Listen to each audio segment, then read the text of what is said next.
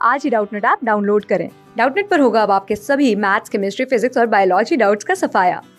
बस अपने क्वेश्चन की फोटो खींचो, उसे क्रॉप करो और तुरंत वीडियो सोल्यूशन पाओ।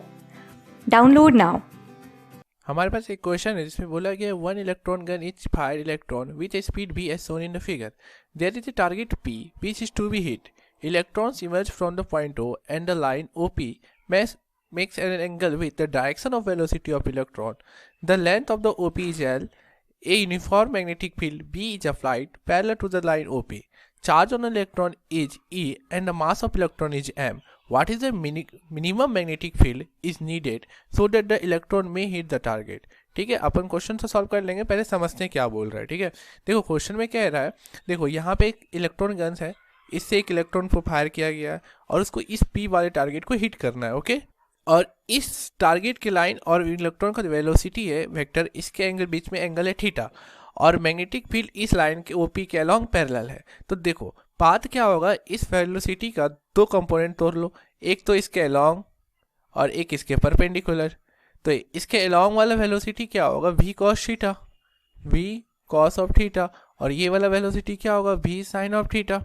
अब देखो पाथ क्या होगा, जब भी मैग्नेटिक फील्ड और वेलोसिटी वेक्टर में 90 डिग्री का एंगल है, जो ये वी साइन थीटा वाला और मैग्नेटिक फील्ड का एंगल है ये 90 डिग्री है, तब क्या होता है, पाथ हेलिकल होता है। ठीक है, और हेलिकल पाथ में क्या होगा, जिस तरह से हेलिकल पाथ कहने का मतलब ये हो गया, जैसे मान लो एक लिए लाइन है तो पाथ कैसा होगा आपका, इलेक्ट्रॉन ऐसे मूव करेगा, इस लाइन को छूते हुए, एक्सिस को छूते हुए आगे जाएगा। ठीक है, ये आगे मूव करेगा ऐसे, ये पाथ हेलिकल पाथ कहलाता है। ओके, अब देखो अगर इस पॉइंट को पी को हिट करना है तो ये भी कॉस थीटा वाला ये जो हेलिकल ऐसे पाथ जाएगा, ये इस पॉइंट को हिट करना चाहिए, ये इस पॉइंट को जाकर यहाँ पे हिट करना चाहिए, तब ये पॉइंट को हिट कर इस टारगेट को टच कर पाएगा।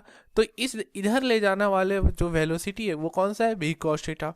अब एक टाइम पीरियड में ये कितना आगे बढ़ता है ये देखते हैं। ओके, तो ये एक टाइम पीरियड में आगे बढ़ता है, उसको कहते हैं अपन पिच के नाम से जानते हैं, उसको क्या कहते हैं अपन, पिच। एक टर्म है, बस आपको ध्यान रखना है, इसको पिच बोलते हैं।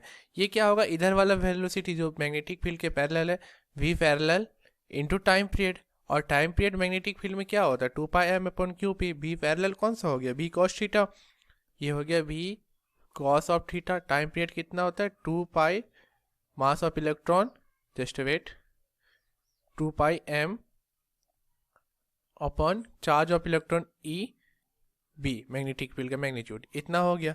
अब देखो हीट करना है तो ये पिच क्या होना चाहिए, पिच जो ये लेंथ है अपन का, यहाँ से ओ से पी का ले जो लेंथ है एल, ये लेंथ पिच के मल्टीपल होना चाहिए। मान लो यहाँ से एक टाइम पीरियड में यहाँ चला, फिर दूसरा टाइम पीरियड में यहाँ से यहाँ चला, तो ये लेंथ होना चाहिए इस पिच के इंटीग्रल मल्टीपल होना चाहिए, यानी length should be equal to, condition क्या होता है, एन टाइम्स पिच। ठीक है, एन टाइम्स पिच।